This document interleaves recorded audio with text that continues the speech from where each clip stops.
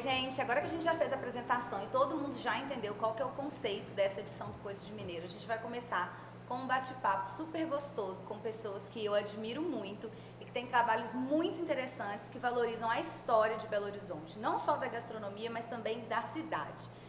A gente sabe, né, que é muito importante a gente se entender enquanto cidade, exercer o nosso papel de valorizar o que a gente tem. Então, antes da gente entrar nas dicas que vão existir ao longo do projeto, de onde ir, onde comer, o que fazer, a gente primeiro precisa conversar um pouco sobre essa história e por que a gente tem tanto orgulho de ser mineiro e principalmente belo-horizontino. E aí, para isso, eu tenho convidados aqui sensacionais, como eu já disse, e eles vão se apresentar. A gente vai começar aqui pela Márcia. Então, eu sou a Márcia Nunes. Eu não tenho como deixar de dizer que eu brinco que eu sou filha da mãe, né? Sou filha da dona Lucinha, que deixou um legado lindo, assim, de dedicação à preservação e divulgação da cozinha típica de Minas Gerais, né?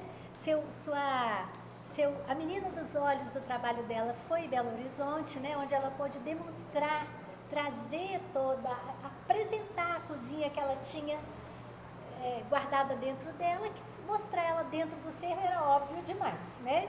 Então era o lugar que ela escolheu para Belo Horizonte e essa coisa da cidade, né? Que dá visibilidade a diversas expressões de cultura, né? De cultura, de arte. Então essa coisa de explorar a cidade, pensar a cidade como uma potencialidade, né? De conversa, de diálogo, de cidadania. Então é isso. Estamos aqui, né, adorando o convite para falar um pouco disso. E aí, gente, um prazer estar aqui. Eu sou o Daniel Neto, Nenel, sou jornalista, escrevo sobre gastronomia, tenho uma página, né, não sei se é um blog, uma plataforma chamada Baixa Gastronomia, que eu abordo a tradição da culinária popular aqui em Belo Horizonte. Muito feliz de estar aqui, valeu demais. Olá, eu sou a Mirella Persichini, sou fotógrafa e trabalho principalmente na questão da conservação do patrimônio dos bairros de Belo Horizonte. E a gente acabou de lançar editorar um livro, que é o Quanto Tempo Dura um Bairro, que fala sobre a Lagoinha, Santa Teresa e a Savassi. Gente, ó, esse aqui é o livro, esse aqui é o bairro, esse aqui é o livro, a gente vai mostrar um pouquinho para vocês e é muito lindo. Eu acho que o trabalho da Mirella tem um papel muito interessante aqui dentro dessa conversa nossa, que foi a razão do convite, que eu defendo muito assim, Mirella, que quando a gente olha para um lugar para fazer uma foto, sem técnica, né? Eu, por exemplo, sou 100% amadora. Sem técnica, eu olho, mas eu paro com atenção para registrar aquilo que foi bonito para mim, eu me conecto. Então, acho que esse trabalho que vocês fizeram dos pontos, da cidade, dos prédios que a gente estava falando aqui, que infelizmente muitos vão acabar sendo destruídos ao longo do tempo, conecta a gente com o lugar que a gente vive, né? Sim. Quando a gente está dizendo de Belo Horizonte, a gente está dizendo sobre uma história muito recente e sobre a gente não tem memória, né? Belo Horizonte é uma cidade que faz questão de desaparecer com aquilo que é muito novo. Belo Horizonte tem 122 anos e a gente já teve a renovação de tecido urbano 4 vezes. Isso quer dizer que tudo foi colocado no chão, construído de novo, colocado no chão, colocado no chão, construído de novo. Então, se a gente for pensar nisso, a gente tem a referência visual da cidade muito recente, né? Então, quando a gente preza em preservar alguma coisa, a gente está dizendo de aprender a olhar isso e dizer da sua história, da sua narrativa, de quem esteve ali, dos costumes, das culinárias. E Belo Horizonte é uma cidade muito rica. Eu acho que nesse sentido era importante preservar para a gente poder se apropriar disso, né? Dizer que é nosso. A gente precisa de fato conhecer a nossa memória, a nossa história. É difícil até acrescentar alguma coisa depois disso. Mas eu gostaria de acrescentar um pouquinho, uma frase que eu achei genial. Eu não sei como me desligar, é muito umbilical minha fala, junto com as coisas que eu tenho da mamãe, mas ela registrou isso em livro, já que é uma cidade que se deixa construir e reconstruir tão rapidamente, com essa velocidade, né, de uma coisa que insiste em derrubar. Mas o que não está, a frase é linda, é assim: o que não está escrito, o vento leva. Então, esse registro nesse livro consolida esse tempo, registra esse tempo. Então, acho lindo que a gente, pelo menos, faça isso, registre. Né? É um papel de todos nós, né? Mesmo que seja no Instagram, mesmo que seja Claro, amador, o mesmo livro que seja... é uma expressão, pode ser numa tela, num tecido, Uhum. tem muitas linguagens de registro, mas é preciso criar memórias, né? Porque a quando a memória não é uma coisa que é só, ela é sempre construída, ela é sempre plantada. Uma coisa depois vai virando memória porque você está plantando, né? Você tem que criar memória. E quando a gente pensa nessa questão da memória, a gente tem em BH, na minha opinião, uma memória muito maior da gastronomia. Né, Nenel? Igual você Sim. tem os bares aí que existem e persistem, É. que é a sua dinâmica É, principal. a praia do Né? Mas mesmo assim é um trabalho que tem que ser feito. Eu não estou aqui dizendo que por mim não teria essa prepotência, mas ele tem que ser feito o tempo todo, porque senão eles serão esquecidos também. Então, assim, é muito complicado, assim, né? Esse diálogo com o tempo e com as coisas, ele tem que ser contínuo, né? A gente tem que ter olhar para as coisas, né? Eu vi uma conversa anterior de vocês que eu achei super legal, essa coisa de atenção nas coisas da cidade, né? Pensando até na culinária, né? Tipo assim, a forma antiga de se fazer macarrão, Uhum. ou a forma de se fazer molhos, assim. Minha família é italiana, minha mãe faz macarrão. E aí, tipo assim, eu e minhas irmãs, a gente ficou meio assim, tá bom. Aham. E aí, nessa quarentena, fui lá, aprendi a fazer nhoque, aprendi, tipo, umas coisas que a gente vai... Que é nosso, mas a gente... A própria indústria, ela te facilita. Claro que a gente tem críticas, mas também ela é necessária em alguns pontos. Uhum. Não estou aqui, eu compro um macarrão no supermercado e faço. Não é isso, né? Mas a própria indústria, ela estimula uma facilidade tão grande que a gente perde o contato, assim, perde a conexão com a comida, né, Marcinha? Claro. E isso também é preocupante, assim, porque cada vez mais a gente vai abrindo uma caixinha, comendo, perdendo a conexão com o fazer. Você vai ficando, se acomoda, né? Se Você acha acomoda. pronto, E o fazer a comida, você pode dizer isso melhor do que eu, não é só para você comer, assim, é um rito, né? É o local que você junta as pessoas que você gosta. O comer se torna, no fim, até menos importante, vamos dizer assim. É uma desculpa. Ele é só uma cerejinha. A cerejinha, é um momento, mas assim, é uma a desculpa. construção Isso. da experiência do alimento é que é mágica, Compartilhar, né? o dividir. Exato. Eu acho que por isso que os botecos fazem tanto sucesso assim ainda, por mais que eu diga que a gente tem que martelar a importância deles, aqui em Belo Horizonte a gente gosta tanto, porque o boteco, tudo bem que a gente está em época de pandemia, hoje a gente tem que ter alguns cuidados, né? Mas se daqui a um tempo eu espero que as coisas normalizem, não sei como vai ser.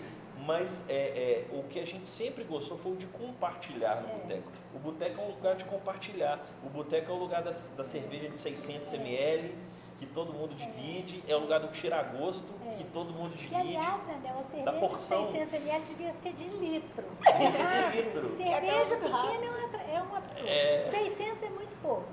Tinha que ser de litro. É tipo porque no Uruguai. menos descarte. Na Argentina. Mas Na olha, Argentina eu também. queria também entrar aqui nessa conversa nossa com uma coisa que você falando do bar, você vê, nós começamos a pensar coisa de cidade, a gente vai naturalmente, a coisa nossa de mineiro, nós já estamos muito mais na cozinha, já está tomando mais essa vertente, é disso. Mas tem um fato que eu acho que isso é uma coisa meio ancestral na gente, é que dá a experiência da troca, da convivência, é que é a mesa, na mesa do bar, na mesa do restaurante, é que a gente tem os olhos no mesmo nível. A gente assenta. Então, a troca das experiências, por isso que é mais que comer. Sim. É o momento que você vai compartilhar, trocar angústias, amores, saudades e por aí vai, né? É a mesa que faz isso. E é uma coisa Porque interessante. o ato de assentar fazia, se põe a gente, ó, olho no olho. Isso aí eu nunca tinha pensado, mas uma coisa que é interessante, que eu valorizo muito e que tem se perdido, não que tenha problema, ontem eu conversei isso com as pessoas e a gente estava alinhando isso, porque as coisas vão evoluir e isso faz parte, né? Então, assim, o prato individual é uma mudança do conceito, tudo bem, talvez ele seja até mais necessário agora, em novos tempos. Mas, por um lado, uma coisa que você falou uma vez lá naquela conversa da Cantina do Lucas, que eu nunca me esqueci, o prato compartilhado, ele é a essência da gente.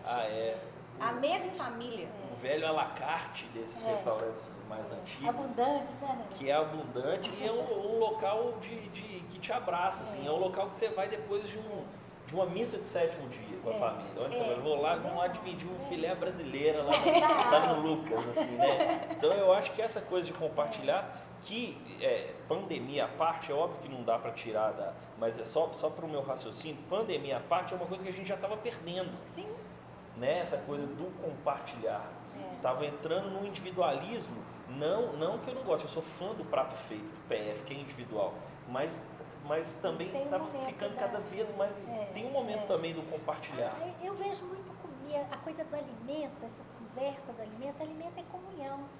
Então, comunhão é coisa que compartilhada. Eu acho que por isso que o churrasco é tão amado. Porque ninguém faz churrasco para uma pessoa. Churrasco. Na pandemia tem acontecido na cada coisa. pandemia Você tem sabe, um buraco no meio. A palavra companhia é de compartilhar o pão. É companheiro, meu companheiro, que a gente divide o pão. Então tem esse lado mágico, tudo do alimento nos remete a uma coisa linda, né? Mas isso é engraçado, porque se a gente for pensar a cidade e como a cidade se construiu, principalmente as casas aqui em Minas Gerais, Belo Horizonte, é muito legal, assim, a entrada da casa, dependendo do bairro, né? Tipo, essa entrada é pelo hall, aí você vai para a sala de estar, não sei o quê. Mas você vai para o Floresta, você vai para o Santa Teresa, existe uma entrada pela cozinha. E nas casas da Lagoinha, que as entradas são entradas laterais, vai direto para a cozinha. Então a gente está dizendo da experiência e da diversidade de cada família e como cada bairro funciona, não que todas as casas sejam exatamente iguais, né? Mas como cada bairro funciona e como essas relações são construídas, assim.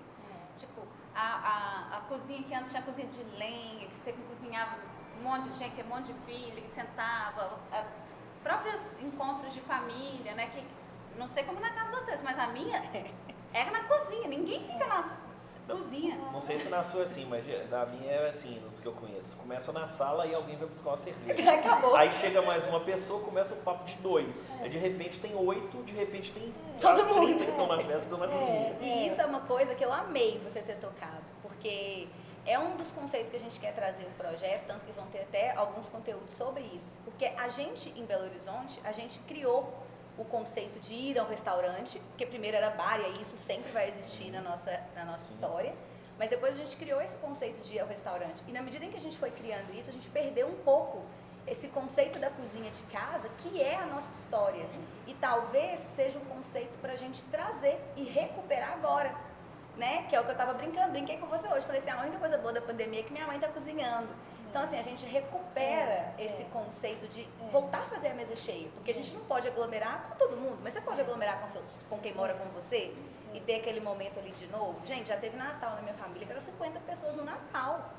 Então, e depois isso vai se perder, né? A gente começa a nunca ter tempo. Eu não tenho tempo, então eu não vou e tal. E agora, às vezes, é uma hora da gente reconectar também com isso, né? De entrar pela cozinha. A gente que vive de restaurante gosta disso, mas morre de medo disso, porque a gente precisa, né?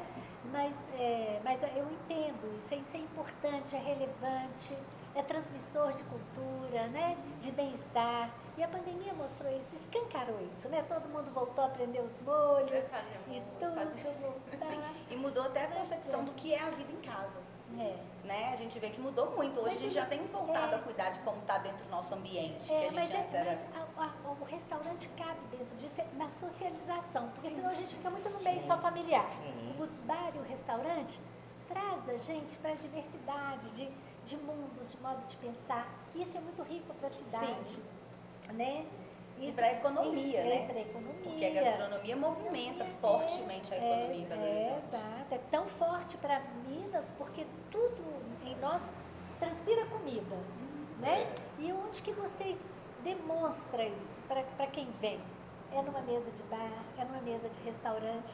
Então a gente precisa de todo mundo ficar em casa, mas também ir para restaurante, né, Nenel? E para o bar. Sem dúvida. Achar esse equilíbrio, lembrar que casa tem momentos deliciosos e também dividir uma mesa. As pessoas estão temerosas ainda de sair, sabe? Ainda está muito assim, sabe aquela coisa que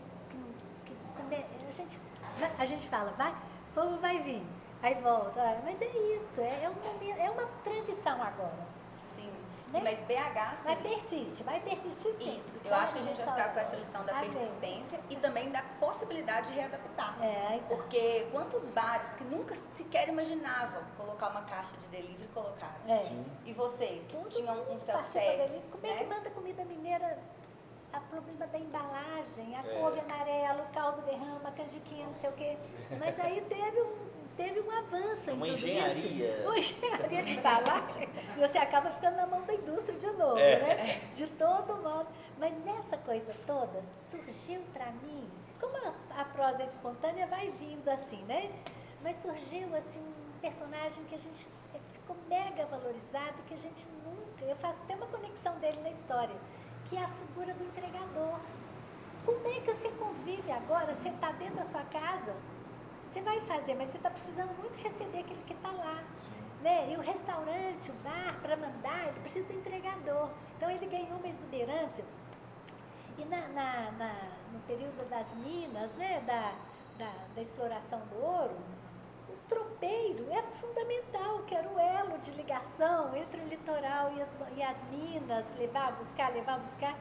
Então, 300 anos depois, o mesmo cara, o entregador ganhou essa importância para nós, né? Eu acho muito relevante agora nesse cenário de pandemia a questão da cooperação entre os restaurantes. Também. Você falou a questão da embalagem, essa troca que a gente está tendo, porque o cenário de quem já estava adaptado ao mercado, a embalagem era feita para quem trabalhava com delivery. Sim. E no caso de restaurantes, comidas mais caldosas, mais molhadas, e até que você falou do entregador, a cooperação do entregador, entender que aquela comida ela é delicada, o cliente está esperando aquilo bem e entregar com todo carinho. Essa questão dessa troca que está tendo de experiência entre restaurante e entregador, entre fornecedor buscando ajudar, a pandemia, isso não tinha essa pandemia, né? Muito legal. Realçou isso, não realçou demais? Inclusive, se você puder, dê uma gorjeta pro entregador. Sim. Ah, lindo. Não, que, por favor, que eles se organizem, criem uma cooperativa própria, que possam pautar pelos seus próprios direitos, que tenham, que eles consigam segurança para trabalhar, né? Porque, Sim. querendo ou não, esse sistema que a gente está vivendo acaba sucateando um serviço que é tão importante, pessoas que estão tão expostas. Então, assim, querendo ou não, eles são a ponte, mas que a gente precisa respeitar, é um trabalho humano que precisa Sim. ser remunerado corretamente. Eu acho que é o momento da gente mudar o olhar. E talvez ficou muito nítido aquilo que a gente tentava esconder. Né? E isso faz parte de olhar a cidade, faz muito parte daquilo que você estava Super falando parte, antes também da cidadania. Né? Todo mundo ocupa um lugar. Né? E por isso que eu acho, pensando nesse todo mundo e pensando no BH além da contorno e em tudo, que um trabalho igual o seu é muito interessante. É você olhar para a cidade além da Zona Sul. Porque as pessoas insistem que o turismo e que a gastronomia e que essas coisas, não desmerecendo nenhum restaurante de alta gastronomia ou nenhum ponto turístico localizado na Zona Sul, jamais. Acho que tudo se compõe. Mas é a gente olhar além. Né? O Viva Lagoinha está fazendo um projeto muito legal sobre a gastronomia da Lagoinha. O Felipe está fazendo um levantamento, assim, eles vão até começar a gravar agora. E é muito massa que eles vão fazer os levantamentos dessas senhoras que vendem massa de macarrão na região, que produzem os próprios os temperos, os molhos. E o mais legal, que assim, né, dizendo de cada bairro, né, por exemplo, a Savassi é um lugar que as pessoas não conhecem o bairro que residem. É uma coisa muito louca, porque o bairro foi derrubado, então todo mundo reside em prédios muito altos, não tem esse negócio da proximidade do vizinho, da troca. Ninguém vai pedir um pacote de açúcar ou um pouquinho de açúcar para o vizinho, assim. E é uma coisa meio... É muito diferente as relações. Quando você vai na Santa Teresa, aí você encontra o vizinho, conta 5 milímetros, assim, você vai, esbarra, oi fulano, ciclano, sua mãe. É isso. Na Lagoinha, eu moro na Lagoinha, assim, é um convívio um pouco diferente, não é só um encontro, mas você depende do seu vizinho para estar ali. Porque não tem banco na Lagoinha, tipo supermercado, tem a mercearia do fulano, a drogaria Ana, então é tudo assim, muito do estabelecimento menor, que são dos próprios moradores. Então são trocas diferentes e formas diferentes de se estabelecer na cidade. Eu acho que isso é interessante pensar assim, né?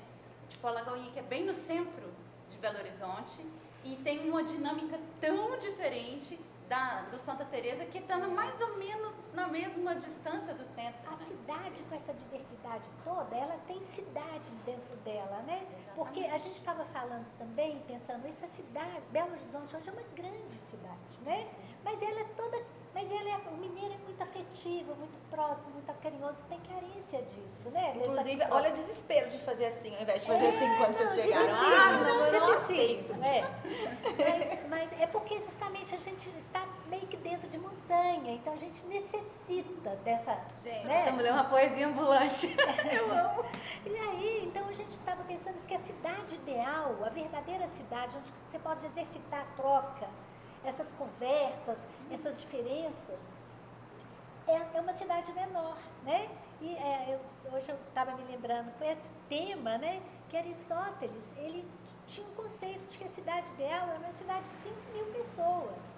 Que a cidade, além disso, é claro que estou falando de Aristóteles, 5 mil anos para trás, mas ele tinha um conceito de que a cidade tem que ter, por que 5 mil pessoas ele achava possível que as pessoas se conhecessem, que as pessoas experimentassem coisas.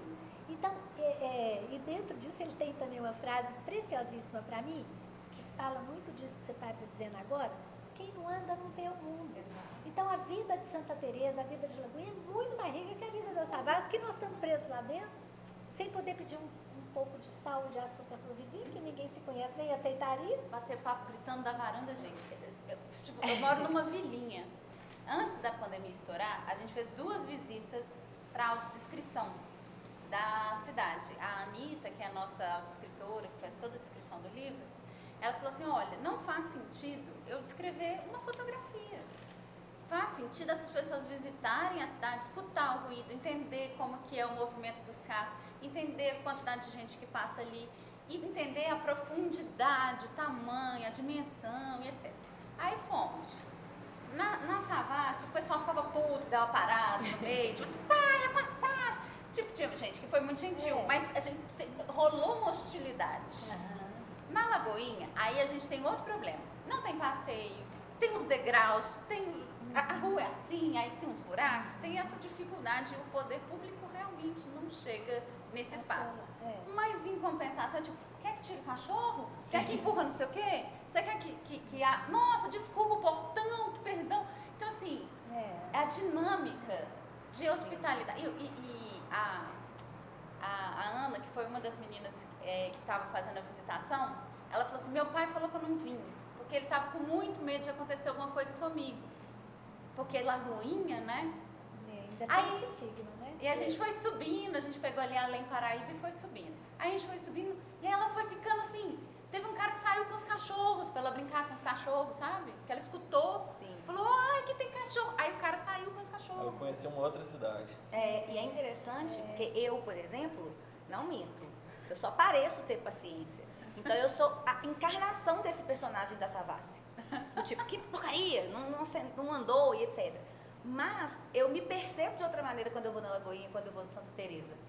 Né? Talvez eu não aprenda a lição pro resto do tempo, mas a gente percebe, a gente olha e fala: gente, que absurdo eu aqui na minha bolha, time, né? achando que a vida é que o outro não avançou rápido o sinal porque eu tinha horário.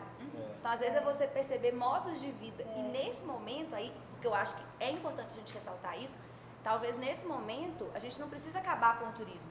A gente pode descobrir uma outra forma. Não, eu vou, mas eu vou com mais calma. Então, ao invés de eu passar em 30 lugares da cidade, eu vou conhecer 6, mas eu vou de fato viver esses 6. Né? Então, exato, porque assim, você não, igual eu sempre que vou para Ouro Preto, Lavras Novas, quando eu saio daqui, né? Eu sou aquela que eu penso assim: será que eu preciso de um hotel bom? Eu não vou ficar lá. Eu só vou bater perna, né? Comprar artesanato, olhar tudo. Aí, 2 passeios que eu fiz nesse período foram outra energia. Eles foram calmos, né? Eu realmente descansei, me conectei ali com sentar num lugar só para olhar a paisagem.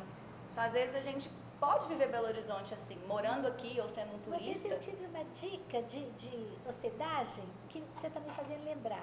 Uma pessoa que estava fazendo um roteiro já falou: quer o melhor lugar para você se hospedar quando você vai viajar? Um lugar que você não conhece? No centro da cidade. Porque dali irradia tudo. Claro, se é um centro é porque aquilo conversa com a cidade inteira. Você é turista, você não tem muito tempo. Não é legal isso? Eu amo. Porque a gente escolhe um hotel muito deslocado e ignora todo o resto. É. Se você está no centro, de qualquer lugar do mundo ali, você tem essa... Nessa a gente perde o Não é diálogo legal com a isso, cidade, Manel? né? Facilita tudo, até E economicamente. o é muito centro de melhor. BH é Já ouro. aqui- É ouro. Já aqui os hotéis do centro perderam força. Sim. A exemplo Justamente do porque a visão Financial, mudou. por exemplo, que já foi um hotel Maravilhoso, importantíssimo para Belo Horizonte, que hoje está. Porque foram sendo abandonados que todo mundo foi querendo ficar em lugares mais nobres, em vez de estimular mesmo. Essa coisa, a cidade que destrói uma cidade com a própria cidade, se aqueles hotéis tiverem... Mas eu acho que a tentativa de padronização de serviço, De a tudo, tentativa também de fazer que tudo seja exatamente no mesmo É. padrão A no Brasil padronização inteiro. é um problema para mim. Inclusive, Quer eu deixar acho tudo igual, assim, sabe? Tipo, a padronização é. Vamos não deixar tudo respeitar o igual. modo Você de viaja para vida. qualquer lugar do mundo é igual. Dá Você fala, trabalho Um de espelho pensar, de né, vídeo Manel? gigante. isso é tudo lá na cidade. Não, e não Aí respeita você o modo pensar de que você vida, né? escolheu, É, nada, exatamente. tá bom, Quando eu na Aí minha também origem se do você direito viajar, do não é planejamento tudo igual. urbano, minha maior dor é essa. As pessoas não respeitam o modo de vida. Então eu só posso viver assim. Ah, o fulano não queria um sofá. Ah, mas que absurdo, ele não quer um sofá, tá ganhando. Não, e o respeito ao modo de vida dele. Sim. Que talvez aquele sofá não seja relevante. Então, essa é uma questão que eu acho que a gente tem que pensar. E se a gente pensar nesse conceito da Márcia falar, né, que ela falou, de hospedar no centro. O centro, em termos de arquitetura, é um show. E da baixa gastronomia também. É só a hora de dar suas dicas imperdíveis no centro. Ah, o centro. Café Palhares, né? Tem coisas que não tem como a gente fugir, gente. Você pode tentar inventar, mas tem coisas que estão lá, são clássicos. É. Você vai para qualquer lugar do mundo, todo lugar do mundo tem os seus clássicos, assim. É. Né? E as pessoas vão lá, sejam turistas ou não, assim. O centro tem um Café Nice maravilhoso, cara, aberto em 1939. Então, assim, que tem pratos que você não vê mais, tipo o americano, tem um frappé de coco Isso no Café Nice? no Café Não, Nice. no nosso último passeio, ele comeu esse americano, eu acho, com um de... Aí é o creme de maisena com calda de ameixa. Às Ai. 8 da manhã ele tava assim, já nesse O primeiro, é o primeiro prato do cardápio, só pede com um cafezinho, claro.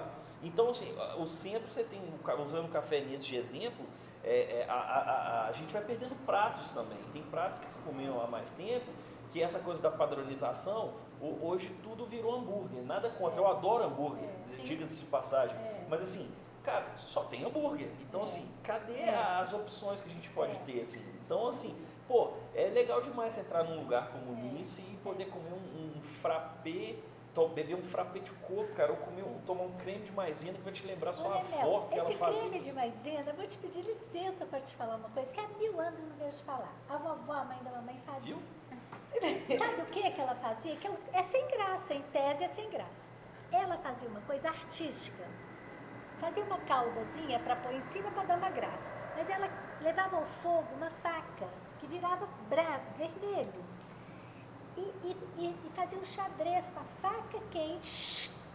Fazia assim um xadrezinho para decorar. E virava uma calda. Você vê uma coisa simples, mas que ela dava uma graça, um toque para ficar diferente. Eu lembrei da vovó, Viu? quando você falou, com a faca As no fogo. memórias Eu nunca mais ia lembrar disso. se é um não lugar que falasse, estimula não suas queria te memórias, lembrar. é incrível. Total. É que Então, o que a assim, Márcia fala, né? Que a dona Lucinha nunca colocou um abridor de lata. É. Então aí vai falar, então agora a gente está com um conceito sofisticado de uma comida de verdade. 100% tempero da minha horta. Se eu falasse Uai. isso, eu faria uma coisa tão que eu faço. absurda. É. Né? Não precisa Como dizer se isso. fosse- Então, Se eu dizer isso, é porque Deixa eu voltar no óbvio. o artesanal é, na verdade, a volta, porque todo mundo deixou, a indústria veio e deixou-se de fazer. É uma volta que é interessante, mas que vende-se como uma coisa de outro mundo, que não é o que nossas avós faziam. E triplica até o mais, preço. né? Que- Começando- é naturalmente. Até no patrimônio tem esse momento da tentativa de gourmetização do patrimônio, assim, né? Tipo assim, vamos conservar restaurante, só que aí tudo fica exatamente igual. A Lapa é um exemplo disso, gente. Você vai na Lapa, os prédios todos são iguais por dentro. Ficou a fachada lá, aí você entra, são todos iguais. Aí você fala, pera, você está preservando ou você está padronizando? Eu não, pera, desculpa, não entendi. Então, tipo assim, o autêntico é aquilo que é feito. Nada contra adicionar coisas, retirar coisas. Isso acontece mesmo, isso se chama viver, né? natural, Tipo, a cidade é viva, ela é um exato. movimento. É. Só que a questão da tentativa de transformar tudo numa coisa só empobrece muito, né? Acaba com a diversidade, que é o mais incrível em uma cidade, né?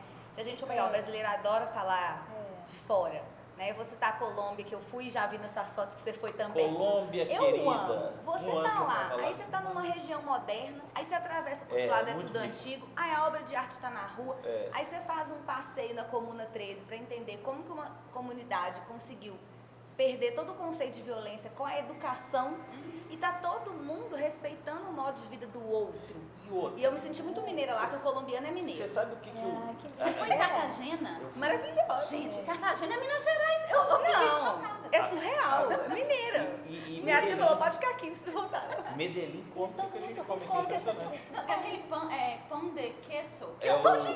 Eles têm o pão de queijo, eles têm PF deles, o... lá em Medellín tem um prato chamado bandeja paisa. Bandeja É um paisa. PF nosso, com exceção do abacate, que aqui é no Não, Brasil, e onde também é faz comer doce. dispensável, vamos Aí combinar. o prato é nada mais que um arroz com feijão com pé de porco, uma carne moída que lá, eu nunca vi tão moída assim, é ralado. Você fala, boa, é ralado mesmo. Uma delícia, torresmo, chicharrón grandão, Na ponta da faca. Enorme. um chicharrón, torresmo enorme, chouriço e linguiça. É o prato de ovo frito. É comida mineira, só o abacate que você fala, esse aqui não, mas o resto. E bebe aguardiente, que é a cachaça deles com anis. Tem a diferença do anis, mas é a nossa Não, aguardiente. e quando a gente tá lá, a gente come. É que a gente fala, ai não, isso engorda. Deixa eu procurar uma comida mais A sofisticada. gente está falando de turismo, eu sei que a gente está muito focado aqui em Belo Horizonte, claro, mas uma coisa que é muito interessante, Medellín ficou muito conhecida por causa do tráfico de drogas, Pablo Escobar e tal. E eu acho, e assim, claro que como história é muito interessante, foi triste, mas como história. Só que eu, na minha visão, quando eu fui para ver a Medellín, legal. Eu não fiz turismo tem gente que faz isso, que não é uma crítica, mas eu vou falar de mim. Tem gente que faz o turismo no tráfico. Não me Que interessa. inclusive não é aprovado, né? Também Não me interessa. Eu fui para Medellín para conhecer Medellín, para comer Medellín, para as comidas, para beber cachaça, sabe? Então, assim, é uma forma de você sair dos clichês, claro que ficou famoso por causa disso, que aconteceu realmente, mas hoje não deixa de ser um clichê. Você fala Medellín, você lembra de... Não, tem muito mais coisa. Então é interessante você ir com esse olhar de querer... De querer descobrir. Então, se você pensar nesse olhar de querer descobrir, olha o que a gente pode fazer em Belo Horizonte. Sim. A gente pode descobrir a Lagoinha, que é incrível. A gente pode descobrir o Santa Teresa, que até tem uma certa valorização maior pelos bares. Mas a gente pode descobrir quanta coisa deliciosa que você come lá no Serra. Ah, o São Geraldo. O São Geraldo. São Geraldo. Zona Leste. Pô, eu Você já também. deve ter ido no Jorge. Lógico. Dona Edna e Jorge. Melhor que bolinho botiquim. de carne. Se Gente, tirar a gordura, acabou a graça. Não. Nossa, maravilhoso. Eu sou do São Geraldo, meu filho. Zona Leste purinha. Aí você precisa... Tem o Floramar, com várias coisas. Não, aí você vai comer só nos mesmos lugares que estavam lá na TripAdvisor. Nada contra, que eu também olho. Claro. Mas é você talvez se Mas permitir. tem mais, né? Tem mais, exatamente. E não é, eu acho que assim, já que a gente tocou no ponto do turismo, não é, Belo Horizonte, etc., a gente tem o próprio, quando você vai para o Barreiro é outro planeta, gente, o Barreiro é outro lugar. Aí você vai para Venda Nova, gente, outro negócio. O Barreiro é incrível. Barreiro é muito legal porque a dinâmica do Barreiro funciona por si mesmo, né? É outra cidade. Pode mudar para lá, morar você lá pode na cidade, morar Barreiro. lá sem sair de lá, né? E as casas do Barreiro, como não, agora está acontecendo o processo de verticalização, mas tem muita casa dos anos 40, muita casa dos anos 60 que ainda está preservada. Os restaurantes antigos das mães que abriram restaurante e donos de bares lá tem uma dinâmica própria, assim, a gente E é não uma conhece. coisa que no último projeto que foi ao ar livre, né, a gente mostrou alguns parques e praças do Barreiro também, que eu sempre, meus projetos são tudo centralizados. Dessa vez a gente centralizou na cadeira, mas está falando descentralizado também.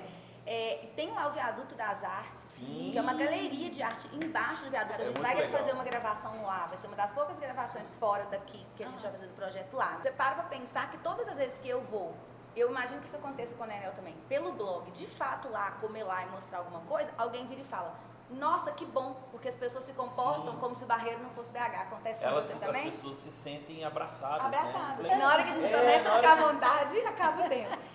Eu queria que a gente pensasse assim. Então, a Belo Horizonte de hoje, o que vocês acham imperdível, inesquecível e marcante tanto para o Belo Horizontino se sentir parte da cidade, como para o turista que vai vir, uma vez que a gente sabe que todos os nossos estabelecimentos estão se preparando para receber com segurança e resistindo bravamente, né?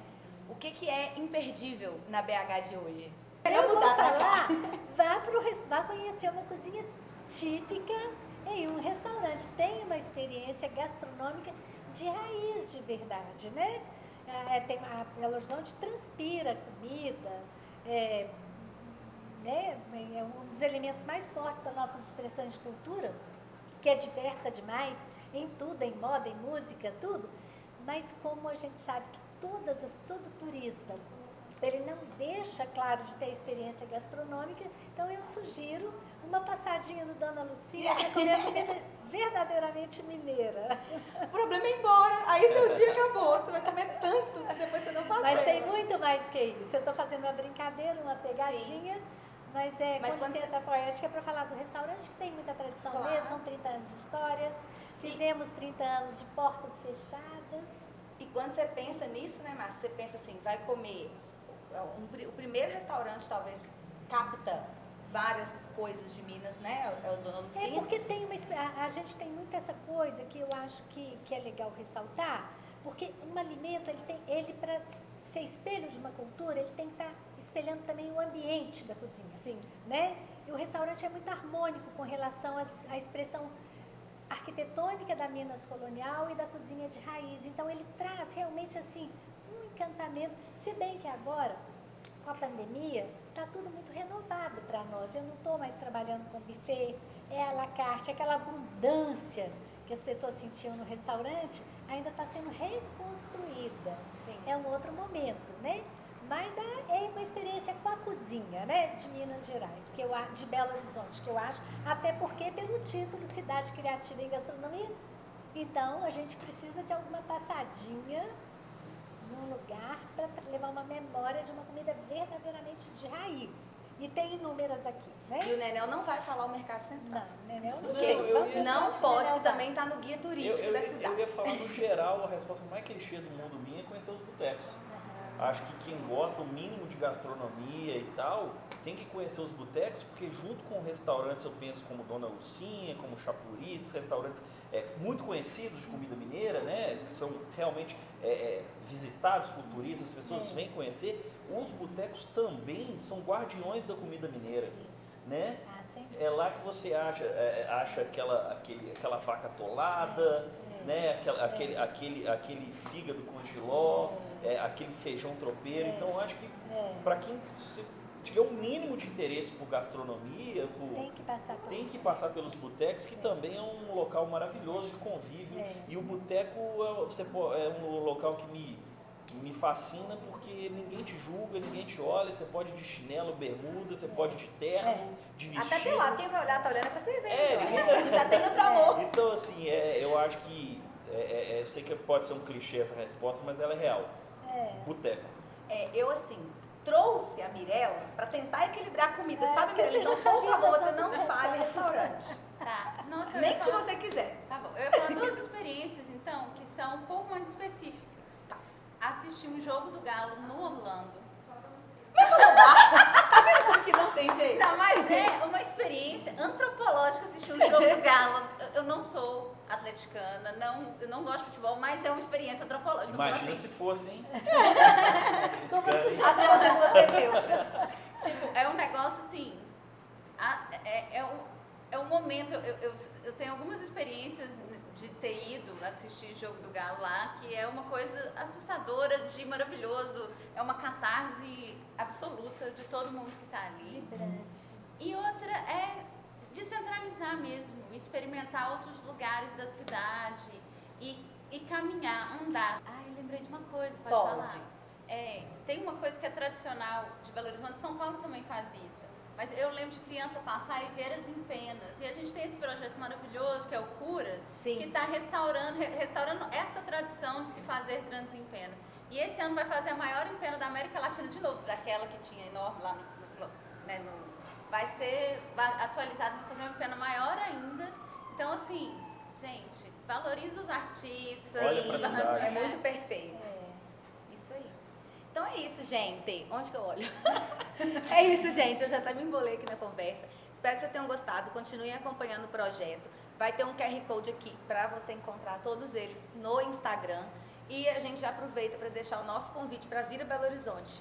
Né? Postar bastante foto, contar para todo mundo quanto a cidade é incrível. Parar de achar que você tem que postar foto só na Europa. Poste bastante foto, conte para as pessoas morando aqui ou não. Porque a gente tem que valorizar a nossa cidade, mas a gente também tem que valorizar o nosso país, né, que é tão diverso, não é só Belo Horizonte que é rico, o nosso país é rico, né? Então a gente parar, eu amo também ir para a Europa, amo, mas eu amo tirar foto daqui onde eu estou. E um dos objetivos desse projeto é tentar fazer vocês se conectarem com esse sentimento para que possam valorizar bastante, porque hoje a gente tem uma ferramenta incrível na nossa mão, que é o celular e as redes sociais, onde a gente pode ter um uso muito estratégico para a gente valorizar o que é bom. E aí a gente fica brigando com quem pensa diferente, ao invés de, às vezes, tentar transformar esse espaço digital, né, que é o que a gente está fazendo aqui agora, transformar um espaço digital em um espaço harmônico, de convivência harmônica. E quando a gente mostra as belezas, a gente consegue fazer isso. Tá bom? Então, até amanhã!